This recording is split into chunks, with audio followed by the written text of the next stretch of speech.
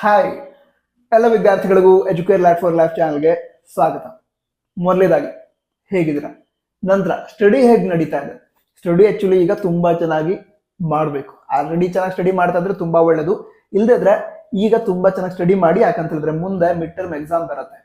ಈಗ October holiday ಏನು start ಆಗುತ್ತೆ, ಅವಾಗ ಹಾಲಿಡೇನ ತುಂಬಾ ಚೆನ್ನಾಗಿ ಯುಟಿಲೈಸ್ ಮಾಡಿ. ಯಾಕಂತ ಹೇಳಿದ್ರೆ ಹಾಲಿಡೇ ಮುಗಿದ ತಕ್ಷಣ ಜಾಸ್ತಿ ಗ್ಯಾಪ್ ಕೂಡ ಇಲ್ಲ. ಹಾಲಿಡೇ ಮುಗೀತು ಅಂತ ಹೇಳಿದ್ರೆ ಮುಂದಿನ ಒಂದೆರಡು ದಿನದಲ್ಲಿ ನಿಮ್ಮ ಮಿಡ್ ಟರ್ಮ್ ಎಕ್ಸಾಮ್ ಸ್ಟಾರ್ಟ್ ಆಗುತ್ತೆ.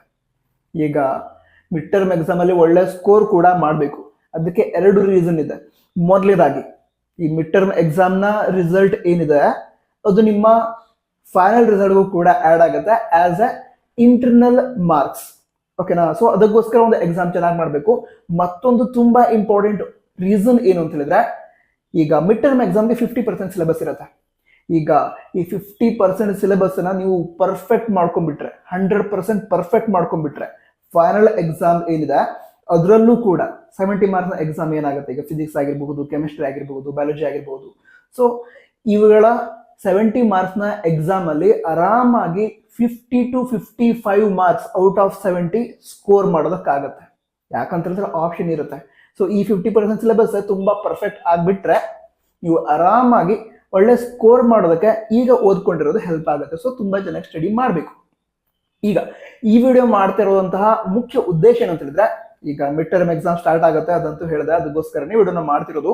ಏನಂತ ಹೇಳಿದ್ರೆ, ಮಿಡ್ ಟರ್ಮ್ ಎಕ್ಸಾಮ್ಗೋಸ್ಕರ ಬ್ಲೂ ಪ್ರಿಂಟ್ ಅನ್ನ ಅದನ್ನು ನೀವು ಕೂಡ ಸರ್ಚ್ ಮಾಡ್ತಾ ಇರ್ತೀರಾ. ಕೆಮಿಸ್ಟ್ರಿ ಬ್ಲೂ ಪ್ರಿಂಟ್ ಯಾವುದು, ಫಿಸಿಕ್ಸ್ ಬ್ಲೂ ಪ್ರಿಂಟ್ ಯಾವುದು, ಮ್ಯಾಥಮೆಟಿಕ್ಸ್ ಬ್ಲೂ ಪ್ರಿಂಟ್ ಯಾವುದು, ಈ ರೀತಿ ಬ್ಲೂ ಪ್ರಿಂಟ್ ಅನ್ನು ಸರ್ಚ್ ಮಾಡ್ತಾ ಇರ್ತೀರಾ. ಹಾಗೆ ಇಂಪಾರ್ಟೆಂಟ್ ಕ್ವಶನ್ಸ್ ಅನ್ನು ಕೂಡ ಸರ್ಚ್ ಮಾಡ್ತಾ ಇರ್ತೀರಾ.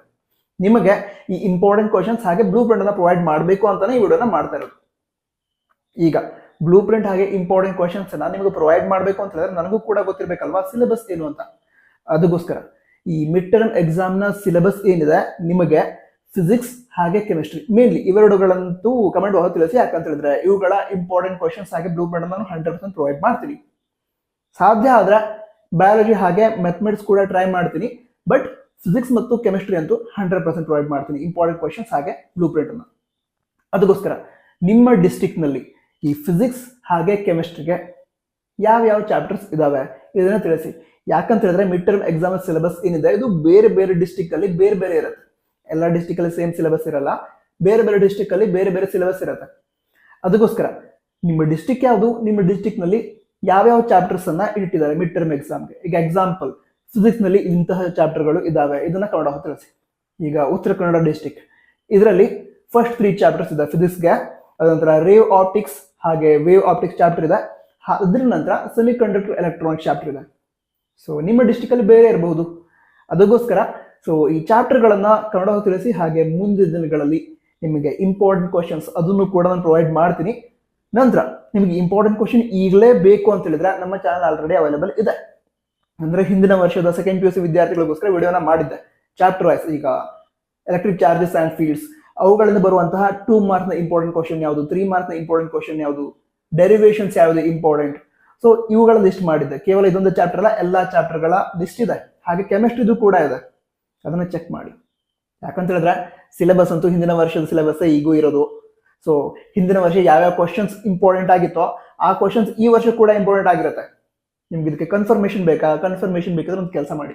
ಅದು ಹೇಳಿದಲ್ಲ ಇಂಪಾರ್ಟೆಂಟ್ ಕ್ವಶನ್ಸ್ ಇರುವಂತಹ ವಿಡಿಯೋಗಳು, ಆ ವಿಡಿಯೋಗಳ ಲಿಂಕ್ ಅನ್ನ ಡಿಸ್ಕ್ರಿಪ್ಷನ್ ಹಾಗೆ ಟಾಪ್ ನೋಟ್ಸ್ ಕೊಟ್ಟಿದ್ದೀನಿ, ಪ್ಲೇ ಲಿಸ್ಟ್ ಕ್ಲಿಕ್ ಮಾಡಿ ಚೆಕ್ ಮಾಡಿ. ಫಸ್ಟ್ ಟೆಸ್ಟ್ ಆಯ್ತಲ್ಲ ನಿಮಗೆ, ಫಸ್ಟ್ ಟೆಸ್ಟ್ ನಲ್ಲಿ ಈಗ ಅದೇ ಫಸ್ಟ್ ಚಾಪ್ಟರ್ ಅಥವಾ ಸೆಕೆಂಡ್ ಚಾಪ್ಟರ್ ಚೆಕ್ ಮಾಡಿ, ಕ್ಲಿಕ್ ಮಾಡಿ ವಿಡಿಯೋದ ಚೆಕ್ ಮಾಡಿ, ಕ್ವಶನ್ಸ್ ಅನ್ನು ನೋಡಿ. ನೀವು ಫಸ್ಟ್ ಟೆಸ್ಟ್ ಒಳಗಡೆ ಇಲ್ಲಿ ಕೊಟ್ಟಿರುವಂತಹ ಕ್ವಶನ್ಗಳೇ ಬಂದಿದ್ವಾ ಅಂತ ಚೆಕ್ ಮಾಡಿ. ಬಂದಿದ್ವು ಅಂತ ಹೇಳಿದ್ರೆ ಇಂಪಾರ್ಟೆಂಟ್ ಕ್ವಶನ್ಸ್ ಈ ವರ್ಷ ಕೂಡ ವ್ಯಾಲಿಡ್ ಅಂತ ಕನ್ಫರ್ಮೇಶನ್ ನಿಮ್ಗೆ ಸಿಗತ್ತೆ. ಕನ್ಫರ್ಮೇಶನ್ ಈಗಿನ ವಿದ್ಯಾರ್ಥಿಗಳು ಅಂದ್ರೆ ನಿಮಗೆ ಜಸ್ಟ್ ಹೇಳ್ಬಿಟ್ರೆ ಸಾಕಾಗಲ್ಲ, ಕನ್ಫರ್ಮೇಶನ್ ಬೇಕು. ಅದಕ್ಕೋಸ್ಕರ ನೀವೇ ಕನ್ಫರ್ಮ್ ಮಾಡ್ಕೊಳ್ಳಿ ಅಂತ ಹೇಳ್ತಿರೋದು. ಅದೇ ವಿಡಿಯೋಗಳನ್ನ ಚೆಕ್ ಮಾಡಿ. ಅದಂತರ ಈ ವರ್ಷದ ಫಸ್ಟ್ ಟೆಸ್ಟ್ ಏನಾಯ್ತು ಅದರಲ್ಲಿ ಬಂದಿರುವಂತಹ ಕ್ವಶನ್ಗಳು ಈ ಲಿಸ್ಟ್ ನಲ್ಲಿ ಇದಾವ ಅಂತ ಚೆಕ್ ಮಾಡಿ. ಇದ್ರೆ ಮಿಡ್ ಟರ್ಮ್ ಎಕ್ಸಾಮ್ ಕೂಡ ಹೆಲ್ಪ್ ಮಾಡುತ್ತೆ ಅಂತ ನಿಮಗದು ಕನ್ಫರ್ಮೇಶನ್. ಓಕೆ ಸಂತರ ಮುಂದಿನ ವಿಡಿಯೋದಲ್ಲಿ ಸಿಗೋಣ. ಅದಕ್ಕಿಂತ ಮೊದಲು ಚಾಪ್ಟರ್ಸ್ ಯಾವ್ದಿದೆ ಅದನ್ನ ಕನ್ನಡ ತಿಳಿಸಿ, ಚೆನ್ನಾಗಿ ಸ್ಟಡಿ ಮಾಡಿ. All the best. ಜೈ ಹಿಂದ್, ವಂದೇ ಮಾತರಂ.